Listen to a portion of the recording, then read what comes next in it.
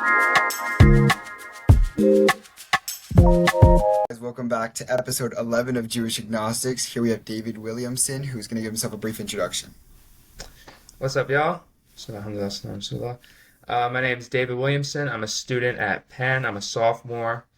I'm also the founder and head narrator at Audio Ilm, which is a Muslim audiobook production company.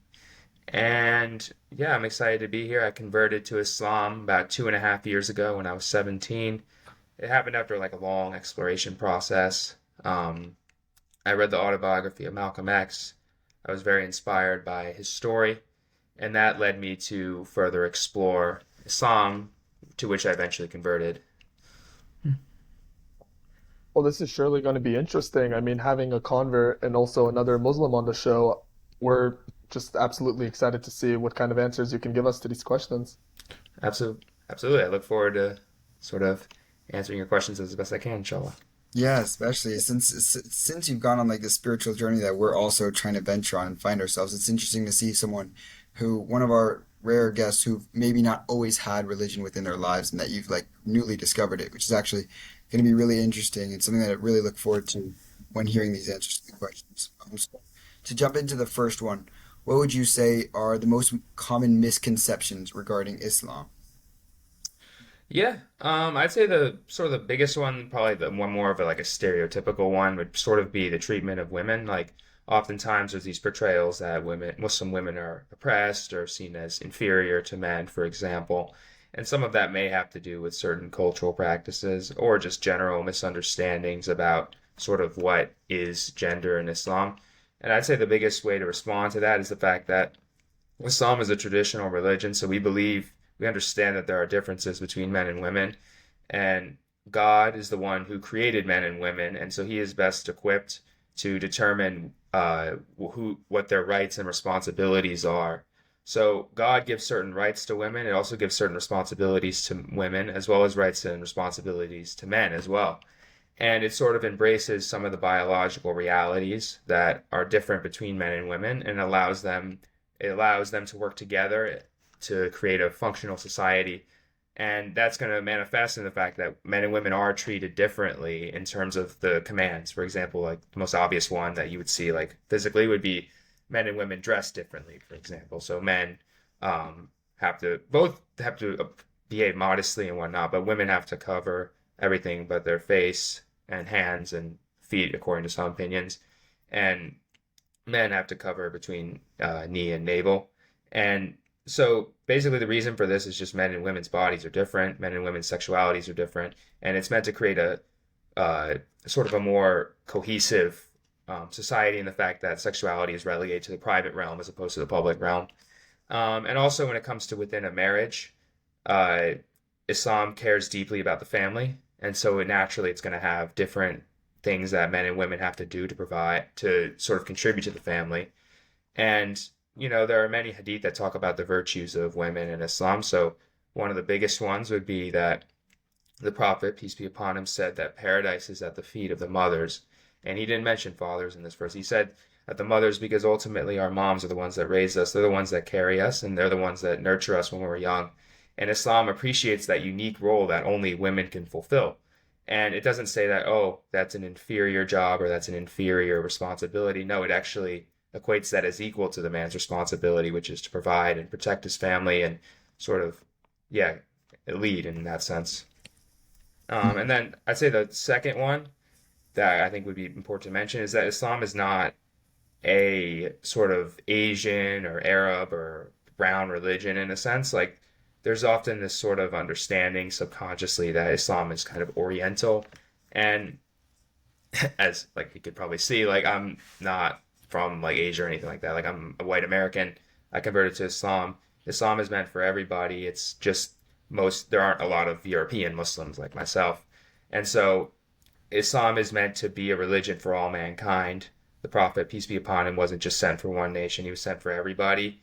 And Islam is meant to sort of, how do I put this? Like, it's meant to exemplify all the positive aspects of different cultures and tribes and societies around the world, while also keep filtering out all the negative aspects. And it doesn't have one unique group that it was sent to or region. Yeah, I think those are great responses, and I'm just curious. You had said because you had converted recently, and as you can see, like you're not the stereotypical phenotypic Muslim. Would you say you've Yeah. experienced backlash because of that? And if so, have you received more backlash from the Islam community or from the community outside? So it kind of depends. I'd say within my own community, like within like sort of the Anglosphere, there have been a mix of reactions. I'd say at first, like you guys are high school kids, you understand that like people make fun of each other for stuff all the time. So I'd say that there was a little bit of that. It kind of died down. I guess it got old or whatever, but like people were like, "Oh, like what do you like the white Muslim or whatever?" So there was a little bit of like, I guess like teasing or whatnot. I wouldn't really consider it anything like major or anything whatnot. I'm pretty thick-skinned, and so I could handle it pretty. And within my family, there was a little bit of pushback, but I'd say overall, once they saw the positive impact that Islam had on my life, then they sort of were much more accepting of it. And now they're very supportive in the things that I do. Within the Islamic community, there's kind of a mixed reaction. On some hand, like, yeah, to some extent, I'll always sort of be an outsider to some extent just because, I'm not born Muslim and people look at me different slightly. But also, there is this kind of weird sort of pedestaling that happens, and the fact that people will think that because I converted and because I'm like a white American, that I'm gonna like do insane things and solve all these problems and whatnot, which I think is also not a great attitude to sort of have on anybody, just because people are obviously not aware of the faults I have. In general, um, people who convert tend to be a little more practicing, and that's not just Islam. That's like any religion. Yeah. But at the same time, I'm not like some savior. I'm not gonna, change the whole Muslim community or whatnot just because I'm white or whatever. So there is a little bit of that, and I think it can be unhealthy for a lot of converts just because it kind of inflates the ego, and then you kind of have to learn over time that like, okay, you got to humble yourself a little bit. Um, but I'd say overall, people are very accepting. Muslims are very kind. Muslims really, they're really happy when you're Muslim. Like they're really, really happy to embrace you as one of their own.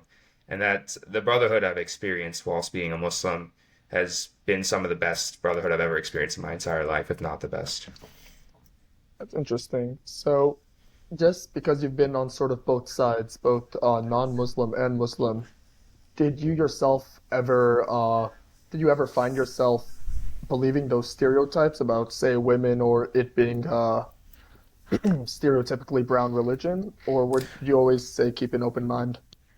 I But absolutely believe those things. I mean, I didn't really know, and I had some people in my life that had sort of worked in the Middle East and had some biased ideas.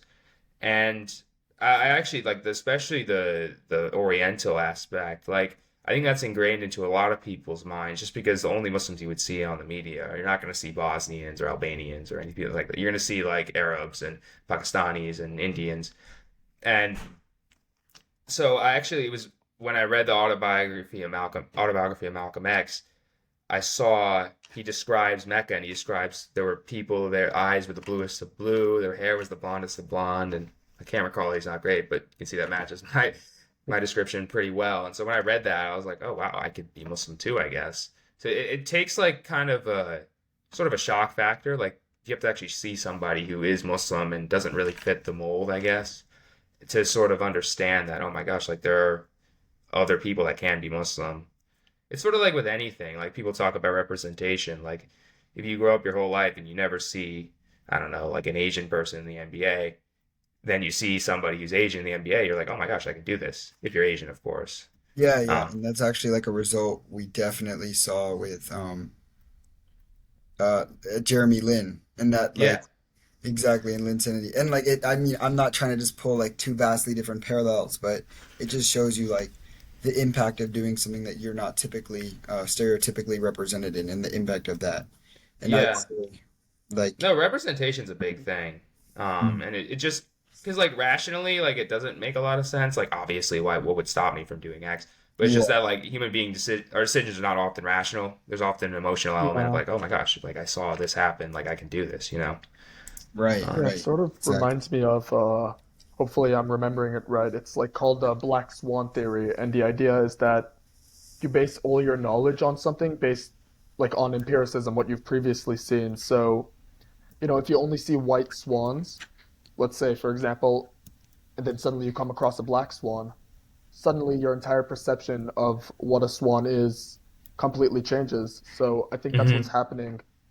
For example, with you, now that we've seen or other people have seen, white American Muslim, it really expands their perception of what it really means to be Muslim. I think that's a great thing. Absolutely. And yeah, Islam is it's not a culture. When it's a religion for everybody that can expand to adapt to multiple cultures. I think that's the best way to put it. Yeah, yeah, to the difference between two. And with that in mind, our next question actually has to, we sort of, uh, we sort of skimmed it a bit, but with that in mind, so how do we differentiate between what is genuinely Islamic from what is cultural tradition in various Muslim majority societies? Yeah, no, that's a great. Yeah, obviously we touched a little bit on it, but like, um, and so it's important to understand the role of culture in Islam before we sort of continue. So Islam, when it comes to legal rulings, has this concept of urf, which means like culture or custom, and basically the point of that is there are certain customs that do inform Islamic law. So the practice of Islam is going to differ, and that has to do with usually soft elements. So, like for example, what is rude? What does it mean to be a rude person, for example? Like in many societies, if you shake someone's hand with the wrong hand, like that's seen as rude. But in America, if I fist bump someone with the left hand, like no one's really gonna care. So like that's something that's culturally based. But Islam tells us to be upright in character, so that's going to be look differently depending on society. So that's a good example of like, okay, there is a plurality there. But at the same time, we ultimately go back to the two main sources of Islam, which is the Quran and the Sunnah, or the example of the Prophet Muhammad, peace be upon him.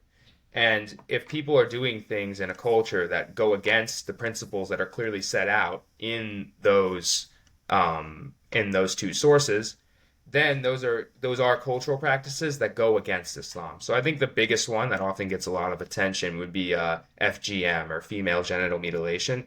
So Islam completely prohibits this practice, where like the extreme forms of it. Islam completely prohibits this, but this is still a practice in some cultures, not necessarily Muslim, like because they're Muslim. It's a practice in certain parts of the world. So like you see it in certain parts of Africa. Yeah, It's and so practiced by Christians, animists, and Muslims. Yeah. But Islam completely prohibits this, and so that would be an example. Like, okay, if we go to the two main sources, then we can see that this is not allowed. And then other examples would be like honor killing, stuff like that. Like those are purely culturally based things, and Islam prohibits murder and whatnot. So that's how we sort of differentiate. So you have to study the aspects of the religion itself in order to get the clear prohibitions, and then from that, all the cultures have to be filtered through that lens in order to. All cultural practices have to go through that lens in order to be seen as valid. So yeah.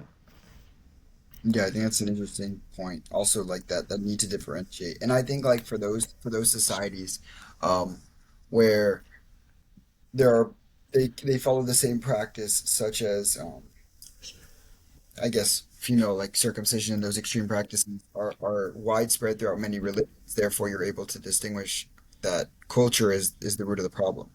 What do you think about situations where the cultural traditions are limited to Islamic regions? So can you give me an example of like a tradition that you're thinking of where it's like, I'd say like I can't think of one on the spot, but like something that maybe culturally happens in Saudi Arabia or in the parts of the Middle East that are more primarily Islamic. um, I think I could think of one. Like I guess the controversy revolving around females driving in cars in Saudi Arabia. I guess there's a lot of misconception with regard to whether that's a Saudi Arabian thing or is that an Islam thing. And because you can't really compare it to the other monolithic religions around the world, a lot of people, I guess, attribute it to the religion itself, whereas it might just be a regional disposition. yeah, so Islam has really nothing against women driving cars. It's Saudi Arabia for the longest time was like the only country that actually had that specific ruling, and that has to do with a lot of political and also sort of religious factors as well. So, excuse me. Saudi Arabia, a lot of their legal rulings come from a super strict, very puritanical strand of Islam that the vast majority of Muslims would reject. and so they gave certain rulings saying that women were prohibited from driving. But that's actually the only country where that actually happened. Every single other Muslim country is has had no problem with women driving cars, Mhm. and Saudi Arabia recently got rid of this law too. But no, I see what you're saying. That's not has nothing to do with culture. I guess you could contribute it to religion, but I think you could contribute it to religion the same way that like some radical Christian group might have some Yeah, yeah, exactly. idea Yeah. about like, oh, we should do this with the witches or whatever. No, Um, yeah. I totally understand that, especially like yeah. from like Israel, like there are a lot of there's like a huge like contention between the majority of regular to maybe even traditionally Orthodox Jews and the Hasidic Jews. And a lot of people don't really Mm, associate with Hasidic Jews as much because of the more radical policies that they push out that I guess are similar to like the parallels you see between um, typical countries that are Islamic and Saudi Arabia. Um, yeah, yeah. so I guess just like keeping in mind those differences is fundamental, even if that's not something that you have within your religion, so that you can differentiate between the two in other religions such as Islam. Yeah, yeah, I think that's a good way of putting it. I don't know, just to maybe it's a half-baked argument, but just to play maybe devil's advocate. Yeah. So in Iraq, under Saddam Hussein, which was it was a secular party, effectively, women experienced a lot more rights, and so did other minorities and the LGBTQ and whatnot. So how come? And then once the Islamic organizations took over, all of that went away. So how could you attribute that to culture and not religion if there seems to be there seems to be a variable of religion that changed, and then from that everything else changed? If that makes Well, sense. I'd have to know the specific rights you're referring to, but like there are certain rights that Islam gives to women. There are certain things that, like for example, Western society's rights gives to women that Islam doesn't, and that's not because we see women as inferior. It's just that, like I mentioned earlier, like men and women have different responsibilities within society. So if a regime came in power that was like saying like women can't, I don't know, leave the house or women have to do X, Y, and Z, like super strict rules or whatever that don't really have that much of a basis in Islam, then we would reject those things. But at the same time, if there were rules that were saying, like, I'm trying to think of an example, like, because it depends on like certain, because there's a difference obviously between like spiritual commandments and like physical laws imposed by state. So I'd have to. I don't know too much about that situation, but like if there's basically, like I said, you have to just go back to the original sources and see if the rights that are being given to women and other minorities or whatever are the same as what is upheld by Islam, then we would sort of agree with that. But if there's things that go too far, or whatever, then we would not we would not support those. But when it comes to like religious minorities, like Islam historically has guaranteed the protection of Christians and Jews, and in some cases, like obviously other religious groups under the rule of Islam. So Islam has no problem with like a Muslim society ruling over a plural, like a religiously plural one. Like that's not really an issue Islamically. There are some radical groups like that take over governments and impose super strict ruling, and but that has that those are un-Islamic practices. Hmm. Yeah, I Okay, think yeah. me too. I was just, it was half baked, really. I was just thinking about No, the Baath party, and yeah, no, I appreciate the questioning. Like any, this is good. Like I like the sort of discussion and whatnot. Yeah. And then like kind of rooting back from like cultural and societal trends, I guess, of today. And kind of going back in time to more of the biblical practices. Just wanted to know like why is Muhammad seen as the final prophet? And what makes Judaism and Christianity stop early when it comes to determining the final prophet? And why do you think that they maybe don't include Muhammad as that prophet? For example, like Judaism stops at Moses and Christianity stops at Jesus. Yeah, so basically we believe in this concept of progressive revelation. So we believe God sent prophets to all the nations, not just like the Jewish nations mentioned in the Bible. We believe God sent prophets to everybody to preach the original messages as there's only one God worthy of worship and don't worship other than him. And certain commandments came in. And basically different groups sort of deviated from that original monotheism, or they started deviating from the original commands. So then God would send more prophets back to those nations to bring them back to the right path. And you see this in Judaism, like Abraham was sent, then you have Moses, David, Solomon, like all these other prophets that were sent. And so we believe that Jesus was another one of those prophets. He was sent to the children of Israel. He was sent with the message that there's only one God. And that's actually like in the Bible, he says, the first commandment is, "Hear, O Israel, the Lord is one." Like, my God and your God is one God. So this we believe is the original message of Jesus, that there's only one God. He preached that he was a prophet. He was sent to the children of Israel, Mhm. which is the Islamic conception. We don't believe that a man can become God. And so over time, that was eventually distorted, and you have the Christian concept of the Trinity. And this developed over hundreds of years after the death of Jesus, or not the supposed death of Jesus. We can get into that later.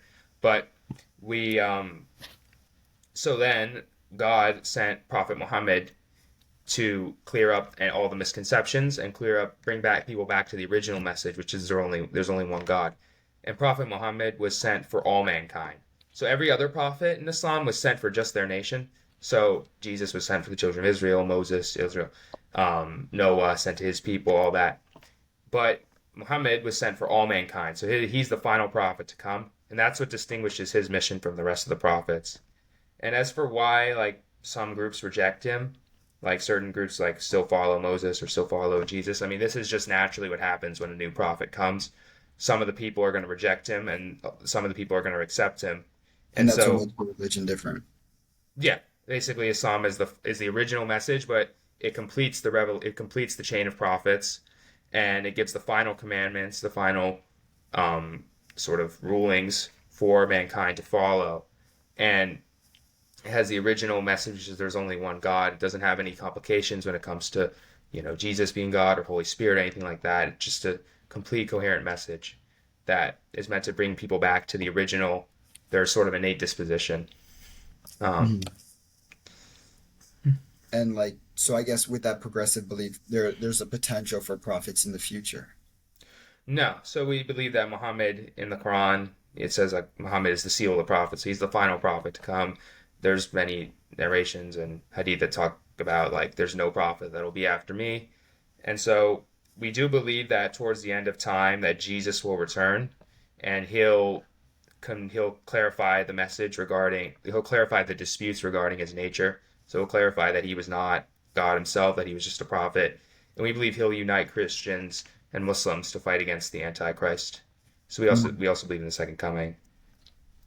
Um, but I should also clarify that we also believe in this concept of revivers. So we believe that certain people are basically going to be sent, not like given divine revelation, but they're going to be like certain pious people that come every like century to sort of bring people back to the original teachings in a sense where there might be deviation. They're not prophets, but they're Mhm. certain in the sense of like they're not infallible and they don't receive revelation, but they do sort of bring people back to the religion.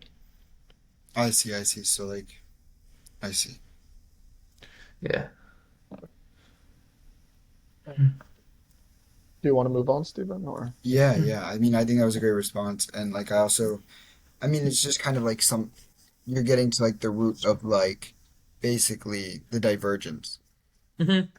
Exactly. Hmm. I think that's And interesting. I think it's just something to keep in mind. There's not much I can talk to it because like that. I mean, I would have to do more research. One and two, like that becomes the split between those monotheistic religions. And there's just a fundamental difference there that in order to choose one of the three or just choose a difference, you need to just do more like self-exploration, I feel. Absolutely. Yeah. And yeah, just reflection. There's obviously a spiritual element to it, so asking God for help and guidance and whatnot. Hmm. yeah. And for our next question, I'm gonna have to maybe give a bit of background knowledge for this. So, looking through the Quran, it says that God created three types of entities. So, humanity, angels, and then jinn. And then jinn, it's like very similar to the pagan entities of the pre-Islamic Arabs. So our Hmm. question was, what are these jinn and why do they exist? And is it a remnant of pre-Islamic times? Yeah, so basically with Islam, there was yeah, you mentioned there's three types of beings. Jinn are essentially like spirits, but they're made of energy, so we can't physically see them. Like if you people know about like different wavelengths of visible light, so jinn exists on like a different spectrum that we can't physically see. They can enter our world, and as Muslims, we believe this is sort of what explains a lot of paranormal phenomenon. So people talk about like oh ghosts or whatever, like stuff just moving. We believe that jinn can interact with the regular world. Um, and they can take the form of human beings or other animals or anything like that. And as for like, yeah, the jinn were talked about in pre-Islamic Arabia, but jinn, like the concept of spirits or demons or whatever, it's a pretty universal human concept. It's not just pre-Islamic Arabia that had this concept. Like you go pretty much anywhere around the world in pre-modern society, I'd say even a lot of people today still believe in sort of spirits or ghosts or whatever. And this is sort of how we explain this from Islamic perspective. We believe that they do have free will, and that they were given sort of revelation and whatnot, and they're a creation of God. And what was I gonna say? But yeah, not all the things that the pre-Islamic Arabs preached were wrong. It's like all the pre-Islamic Arabs, for example, they did believe in Allah. They did believe in that there was one creator God. They just worshipped idols as intermediaries to get closer to him. So that's how they sort of associated partners with him. So Islam basically clarified all the issues that were in their beliefs and whatnot. So like it does for everybody. So people might believe things that are correct, but they just might go too far on certain things. And so that's why God sends revelation to help us clarify and learn the truth. And by jinn, you said like it can take the form of a humans or animals. By take the form, do you mean like the energy goes within them, or do you think like, I guess someone on this earth is born with that energy innately within them? So no, it's a separate creation. So there's human beings like I can't become a jinn, like I can't like just disappear or whatever, or maybe I am one. But no, Jinn on this pod, Jinn on episode 12. yeah, If I catch you, your will you grant podcast me is three going crazy, wishes? bro.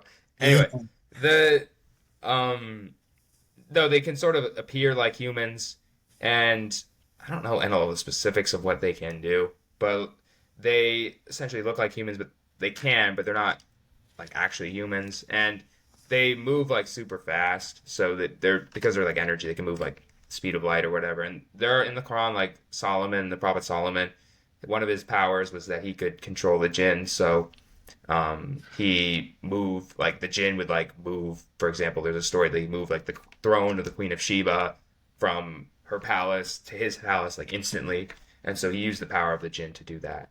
And there are good jinn and there are evil jinn as well. So an example of an evil jinn would be the devil, Satan. We believe that he was a jinn that disobeyed God. He was righteous for a while, but then he disobeyed God, and we don't believe in this concept. Like I know Christians have this idea that he was like a fallen angel, but we don't have that concept because angels are physically incapable of disobeying God's It's command. fallen. So if God tells an angel to do something, it will do it 100% of the time, and there are no exceptions to that rule.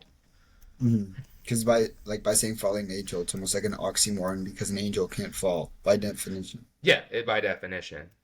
Mhm. Um, I see. So in Judaism, there's like a similar concept. They're called malachim, which translates to a messenger, and Yeah.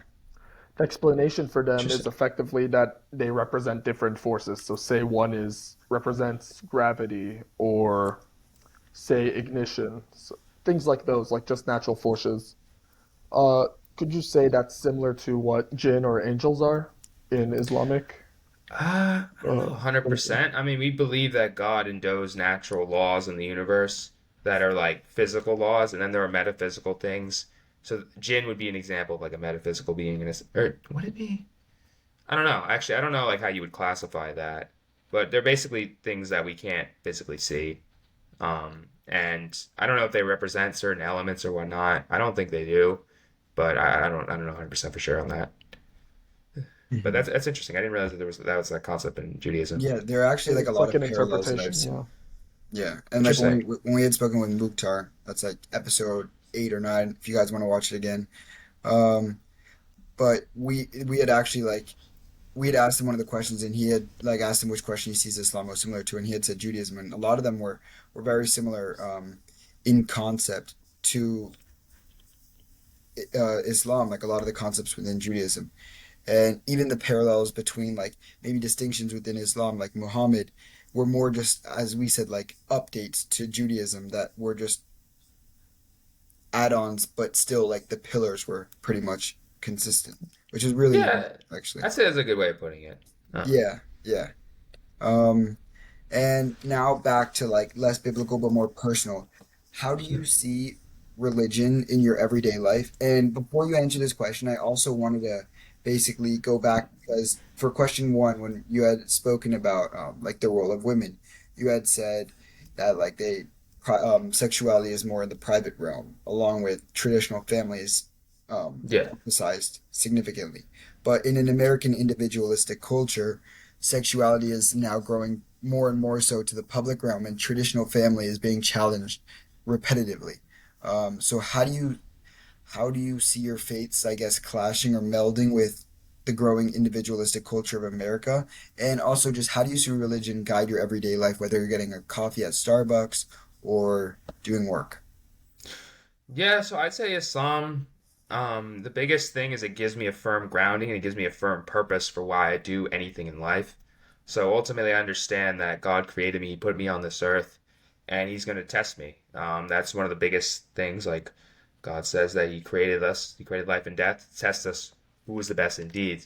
And ultimately, you're only going to really see who the best people are once they've actually gone through something. So that's the purpose of I that gives me incredible hope because it means that when I go through hardship, God has a plan for me. He's trying to make me stronger. So I'd say that mindset is extremely beneficial for my daily life. It allows me to succeed in my academic stuff when I'm, working hard to get stronger in the gym or when I'm working on my business. Those are like material things, but also in general for just helping others. I understand that every single thing I do, I'll be held accountable for. And Islam has, like I mentioned, Islam has strict boundaries. Like we don't just because, and this kind of goes into your earlier or your first point. When there are certain things that go against Islam or people telling us to do things that go against Islam, we don't give them up. Like that's not optional. Like it's not that like we can just water down our religion because people told us to or their society goes a certain way. Like no, Islam is meant to guide the culture and society. It's meant to stand up against things that are detrimental to society, and it gives us these firm boundaries that we stay within. And Islam does challenge a lot of the norms around sexuality and traditional family and sort of the family and whatnot. But it does so because it provides a better solution. And so by giving people these firm lines for sexuality, you don't have people being unfulfilled. You don't have all these problems where people can't find adequate partners and whatnot. It restricts these things. And also with the family, it provides clear boundaries. Like, okay, the man does this, the woman does this. Like, obviously, it's not just like this purely legalistic framework. There's obviously love within a marriage. But because it has these boundaries, it allows both parties to keep themselves accountable and actually contribute to the relationship. And when people try to sort of encroach on that, Islam is a natural force of resistance against it because what we follow, we believe, comes from God. And God is the one who created the human being. He knows the human being better than we know ourselves. And therefore, He's the most worthy of giving rights and responsibilities to humans, as opposed to humans themselves, who can often be, biased towards Mhm. whatever certain sort of desires they have. Um, it doesn't mean that we're gonna like overthrow the government or whatever. It just means that like No, yeah, yeah. You yeah, just on an remain. individual level, there's certain laws, there's certain moral prescriptions that we're not allowed to violate as Muslims. Have you ever found yourself disagreeing with like a traditional Islamic culture or like tradition, cultural aspect or tradition, given like the rise of individualistic culture, or like you yourself at Penn? Like, have you ever seen yourself at contention with Islam? I'm sorry, can you repeat the last part? Yeah, like, have you ever seen yourself at contention with Islam, whether it may be just like the smallest aspect or a concept at whole? I mean, yeah, a lot of times. Like, obviously, there's like the whole partying culture at Penn, especially. Penn is like a big party school. Yeah. And so like people will be like, hey, you like they won't offer me directly, but they're like, oh, do you drink or whatnot? I'm like, no, I'm Muslim. I don't do those things. Mhm. Um, and so people will be like confused as to why that is. A lot of people respect it. Some people will just be confused, like it's not that bad or whatever. So I'd say that's like sort of a smaller thing, but in terms of like yeah, that's it. That's kind of. I mean, the thing is, like, at Penn, there's a lot of people here. There's a lot of Muslims. Like, I can hang around people that are not going to be like always pushing down my throat and whatnot. And most people, like, if you set clear boundaries, people are not going to violate them from the start. So, I'd say it hasn't been too bad. I'd say Penn is pretty accommodating to some extent. Oh, I see. So like, do you think like you would have a harder time at if it were like an Alabama type school? Potentially, although at the same time, like, if it's more traditional, like, probably the values would align. Like, my dad teaches at Georgetown, for example. And he was telling me that like there's actually a lot of Muslim students within like a lot of the Catholic areas or like the more religious parts of the school, just because it's religious and they're religious too. So like there's alignment of the values, even though like one's Christian, one's Muslim. It's because yeah, we have similar values when it comes to the family, similar values when it comes to sexuality and stuff like that. Um, Traditional. and See. yeah, Yeah. exactly. Um, Yeah, that's true. There's like in all the Abrahamic religions, and even if you want to go further than that, religions in general, they all seem to abide by one universal moral code, say with some different variations, but still there's like a basic morality underlying yeah, I would everything. say So it that's would make largely sense. true. Yeah. There's obviously certain things that I would say there's a little more leniency in other faiths. Like I'd say alcohol is the biggest one. Islam is, I'd say, from my knowledge, the only one that outright prohibits it. I think there's like some Yeah. differences between like different parts of Christianity. I know some Christians are more strict on that when it comes to alcohol. Um, but also, I think one thing to clarify when a sexuality point, Islam is not like this prudish religion where we see like sexuality is just evil or whatever. It's only for procreation or whatnot. It's actually not true. It's just that Islam has boundaries for which it's supposed to be enjoyed, and namely between the relationship between a husband and wife. Mhm. Um, Yeah, it's all in moderation with alcohol, with sexuality, with exactly, yeah.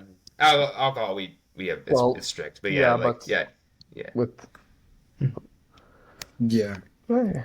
And for our final question, this has to do with almost tying it all back together because when people hear Islam, especially in America, a lot of people think jihad, holy wars. So with that in mind, what exactly is jihad, and is it ever seen as justifiable? So how does the negative outlook on jihad as a war cry conflict with the Muslim interpretation of a fight against injustice? Yeah, so I should clarify that initially there's two types of jihad. So there's jihad on the individual level, which is to fight against your desires, struggle against yourself, or Which struggle would be against like alcohol, right? Like at a party. yeah, yeah, whatever problems you're going through in your life to struggle for the sake of God. Like that's like sort of a spiritual jihad. But then there is war. Like Islam, jihad does mean war. Like it is a political tool of the state, and it's only used by the state. That's an important clarification. Doesn't mean you can just start some random militia group and just start invading countries or whatever. Like that's not how that works. And so yeah, the state can use war if they deem, along with other tools, to if do whatever it's in its best interest. So historically, there were Muslim states. I mean, if you just look at history, it's obvious like that there were Muslim states that conquered other countries. And I think it's important to contextualize this because we live in an era of extreme peace compared to the rest of world history. So the Yeah. amount of people who die in wars is drastically lower. And we also live in a much more globalized society and a much more diplomatic world than in the pre-modern era. In most of the pre-modern world, it was very much a killer be killed society. So if you if your country didn't have an army and you weren't willing to fight to defend your ideas, your people, you were pretty much going to get wiped out by other people because there were tons of other groups that were competing with you that were going to do the same. So Islam recognizes that's reality. It's not a pacifist religion by any means. We don't believe that you should just like stand there and let your arms down because ultimately that will lead to more injustice because you'll have some like barbarian army that'll come in and just start killing everybody or whatever. So Islam does allow these tools to be used by the state, and there are it's extremely important to understand that there are also rules of engagement within jihad. So this is an area of um, sort of that scholars of jurisprudence will talk about, or legal scholars. That basically, like, you're not allowed to kill civilians, you're not allowed to kill children, you're not allowed to destroy like props and infrastructure, you're not allowed to light stuff on fire. There's certain you're not allowed to kill women at all. Like these are all things that are not allowed. So whenever like some guy blows himself up and kills a bunch of people or whatever, like this is completely un-Islamic. That's considered murder.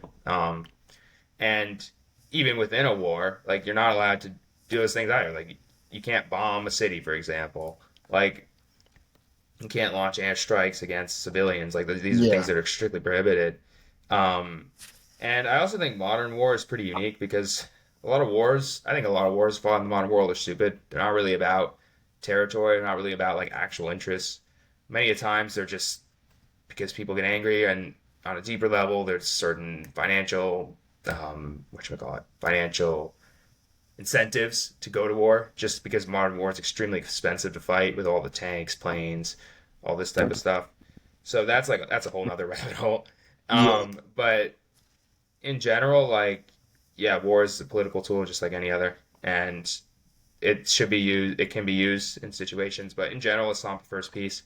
So if countries are asking for diplomacy or whatever, then it's better to pursue peace with them. Would you say And like feel free to ask clarifying questions because this is like a loaded topic. yeah, yeah, yeah. And like would you say like jihad is taking on like I guess different could it take on different like forms with like the increase of cybersecurity attacks or like just I guess other forms of warfare that aren't necessarily direct or traditional? Oh, that's a big question. Yeah, yeah. I don't know. That's something that I actually think that's a good point. I think Muslim scholars should probably look into that because that is going to be how a lot of wars are fought. I think also the utility of sort of certain weapons, like autonomous weapons, stuff like that. Like how are those to be used? Like those are really big questions and important ones. What is Um, considered warfare now? Is my yeah, I'd question. say in general, attacking civilians is not okay though. So like Mhm. if you, for example, launch a cyber attack to like starve out the enemy or whatever, it's not you're not fighting against soldiers there. You're trying to dismantle a country. Um, I don't. I'm not an expert on these things, but I don't think that Islam would allow such a thing just because it's targeting civilians. Mhm. But yeah, that's definitely an area of Yeah. modern warfare is very complicated. Sorry, just to clarify, you said jihad can only be declared by a state? That's right. Yeah. So I can't just get a bunch of my friends together and be like, you know what, we're kind of pissed off at X, Y, and Z, so we're just gonna start conquering people. It's like, no, that's not like that's just pure vigilantism. That's what these terrorist groups do. So it has to be like Um, an organized declaration of war, essentially. yeah, yeah, that's a good way of putting it. And it would have to be Muslim, right? So say the United States declared war or any other country that was not majority Muslim, that would not be considered jihad. Well, I say don't think say the so. reasons behind, sorry. Let's say the reasons behind have to do because they're trying to like promote the ideals of jihad. So the state declares war or does any other program to combat that. Would that be considered jihad or? I don't know because I think jihad basically in the Quran, like it's expression is jihad fi sabilillah, which means jihad like struggle in the cause of God. So I don't think the U.S. like invading Iraq, for example, would qualify as that because there's a lot of other reasons behind that war, opposed to like upholding justice or helping the state. Ultimately, like these tools are meant to help because the thing is, injustice that exists, like we understand that certain wars have to be fought in order to prevent people from doing bad things. Like obviously, like the Nazis were very evil. Like America didn't come in and and basically invade them and destroy them. Like it could have been a lot worse. Like it was already extremely bad, but like um, the Japan, same thing. Like obviously, like Islam doesn't promote like bombing civilians and whatnot, but like Japanese bad guys. There's a lot of there are bad people in this world, and like you need to defeat them sometimes.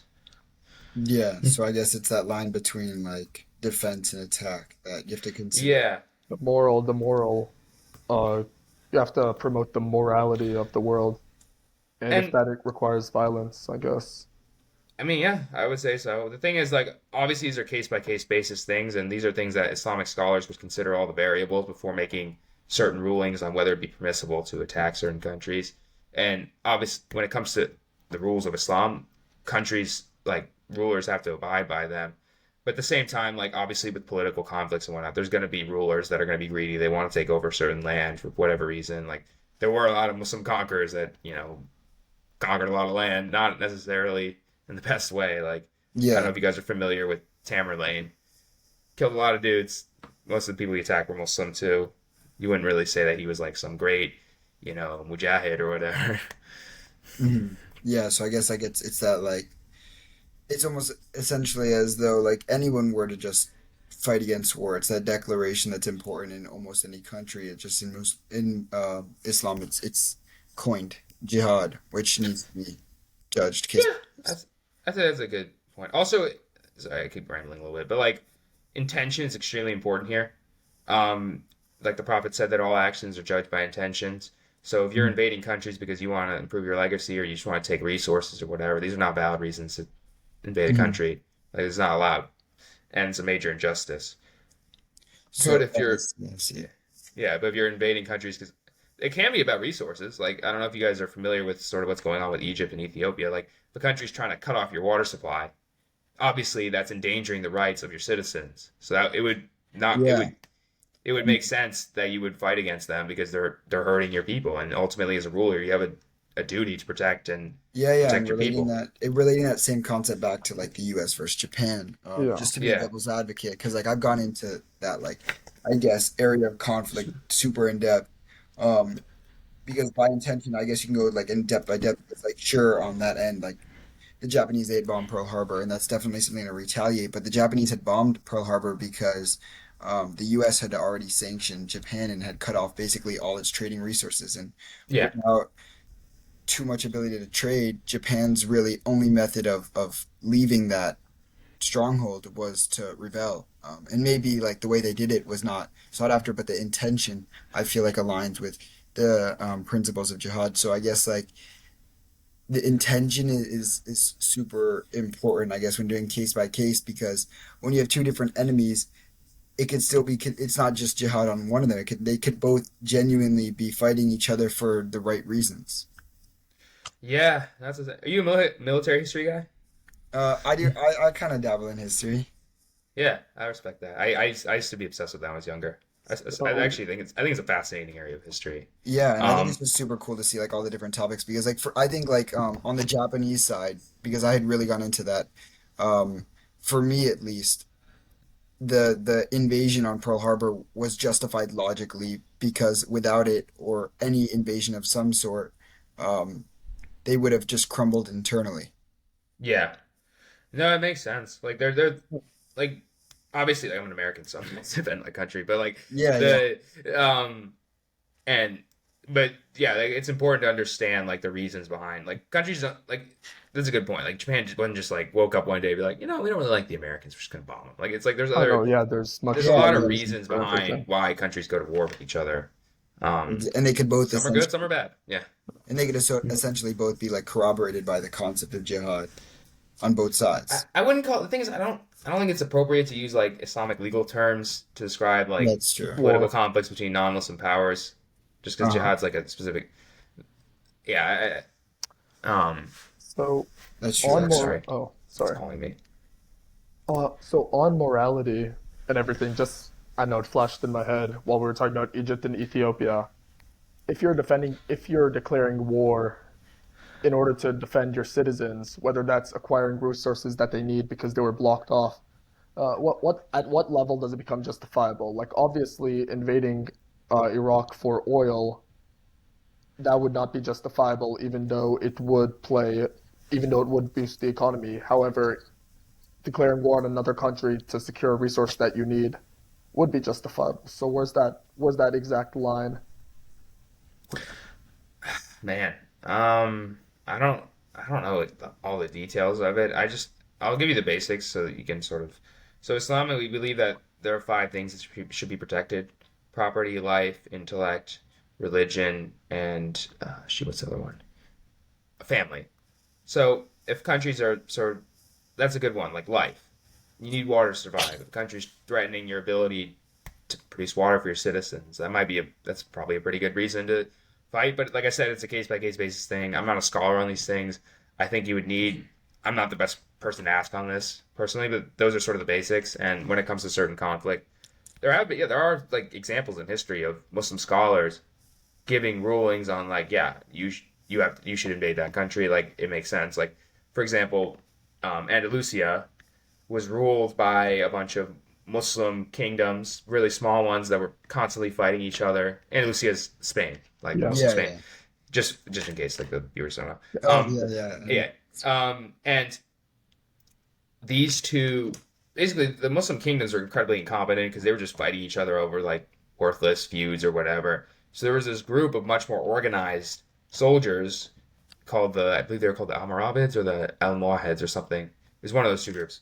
But they were from Morocco, and they got a ruling that it was permissible to basically conquer this country because it would lead to more unity and because those kingdoms were facing threats from the Christian kingdoms to the north. So this is an example of like a sort of a specific ruling like, okay, these kingdoms are incompetent, they're not ruling over their citizens. If they continue in this way, they're going to get invaded by other people to the north. So it makes sense for you to take over that area because you're going to do a better job at ruling it, essentially. Um, so those are like specific things, and scholars can use the conditions, just like with any ruling in Islam, they can use the conditions that are at hand and the rules of Islam to dictate Work whether a certain together, yeah. conflict may. I see. But regardless of whether the conflict happens or not, there are certain principles that cannot be crossed. Like I said, you can't harm civilians, crops, stuff like that, Yeah. trees. So like, And when we go over like the five things, three of which are covered in John Locke's essentially life, liberty, and property, it yeah, almost seems like a democratic way of just describing whether you can invade or not. yeah. I don't.